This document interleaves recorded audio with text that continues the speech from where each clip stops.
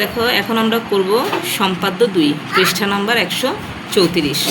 কোনো চতুর্ভুজের 4টি বাহু এবং একটি কর্ণের দৈর্ঘ্য দেওয়া আছে। দেখো আমরা আগে সম্পাদ্য 1-এ বলেছিলাম যে পড়েছিলাম যে 4টি বাহুর দৈর্ঘ্য এবং একটি কোণ দেওয়া আছে। আর এখন সম্পাদ্য 2-এ 1 নম্বর এবং 2 নম্বরের মধ্যে পার্থক্য। 4টি বাহু আছে কিন্তু 1 নম্বরে বলেছে একটি কোণ আর 2 নম্বরে বলেছে একটি কর্ণ। তাহলে কর্ণ মানে কি কোণার দিকে যে মাপটা সেটা হচ্ছে কর্ণ।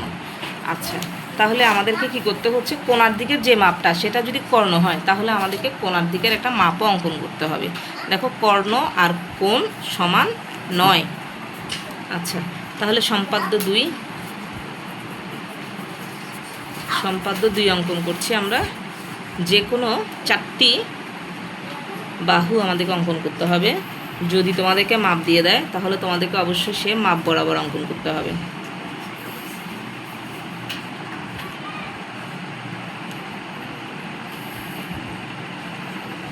আমরা বাহুগুলোকে একটু ফাঁক ফাঁক করে অঙ্কন করব যাতে করে আমাদের প্রত্যেকটা বাহুর সাথে প্রত্যেকটা বাহু মিলে না যায়।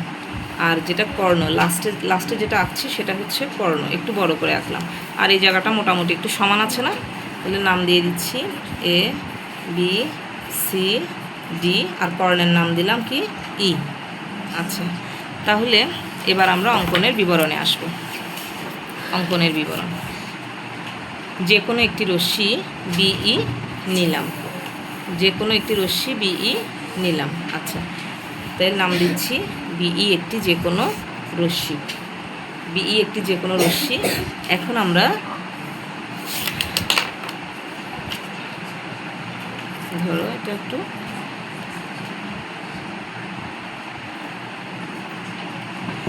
আমাদের যে ই এর মাপ মানে কর্ণ, সে কর্ণের সমান করে আমরা বিকে কেন্দ্র করে কর্ণের সমান করে বিই থেকে কি করব, বিডি অঙ্কন করব। তাহলে বিই থেকে বিডি অঙ্কন করেছি কার মাপে, কর্ণ ই এর মাপে। ঠিক আছে, কর্ণ ই এর মাপে বিই অংশ থেকে বিডি কেটে বিই থেকে বিডি অংশ কেটে নিলাম। এখন বি এবং ডিকে কেন্দ্র করে, খেয়াল করো, বি এবং ডিকে কেন্দ্র করে যথাক্রমে এ বাহু এবং বি বাহুর সমান মাপ নিই। তাহলে আমরা এ বাহুর সমান মাপ নিই আগে।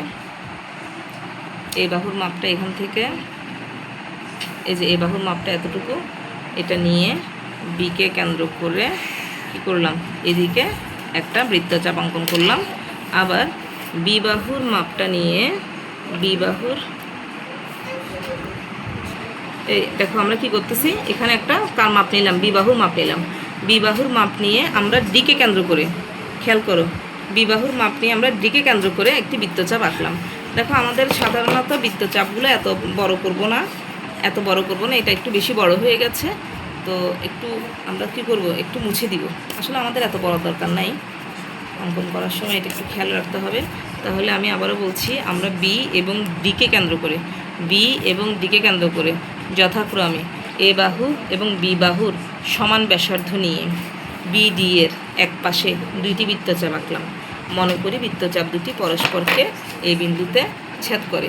তাহলে আমরা কি করছি, বি এবং ডিকে কেন্দ্র করে আবারও সি এবং ডি বাহুর সমান ব্যাসার্ধ নিয়ে, কার ব্যাসার্ধ, সি এবং ডি বাহুর সমান ব্যাসার্ধ নিয়ে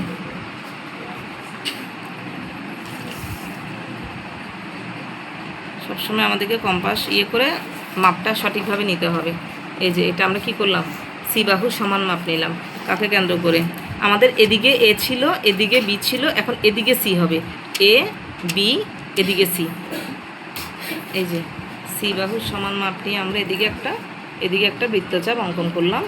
তারপরে দেখো আমরা আবার ডি বাহুর মাপ নিচ্ছি, ডি বাহুর মাপ নিয়ে এই যে এখানের বি আছে, এই বিকে কেন্দ্র করে আমরা এই জায়গায় কী করছি, আরেকটা মাপ অঙ্কন করছি। দেখো আমাদের এটা একটু কম হয়েছে না, তাহলে আমাদের এটাকে আর একটু বাড়াই দিতে হবে।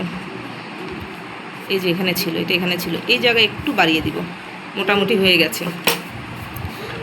তাহলে এখন আমাদের এদিক থেকে A B, A D, B D, এখানে এটা হচ্ছে সি নাম দিলাম, বি সি এবং ডিসি কী করব, যোগ করে দিব। দেখো আমরা এখানের সাথে অর্থাৎ এই অংশের সাথে এখানের এই অংশের যোগ করে দিব। আচ্ছা, তারপরে এর সাথে আবার এটার যোগ করে দিব। এই যে এভাবে করে যোগ করে দিব, দুইটা গেল।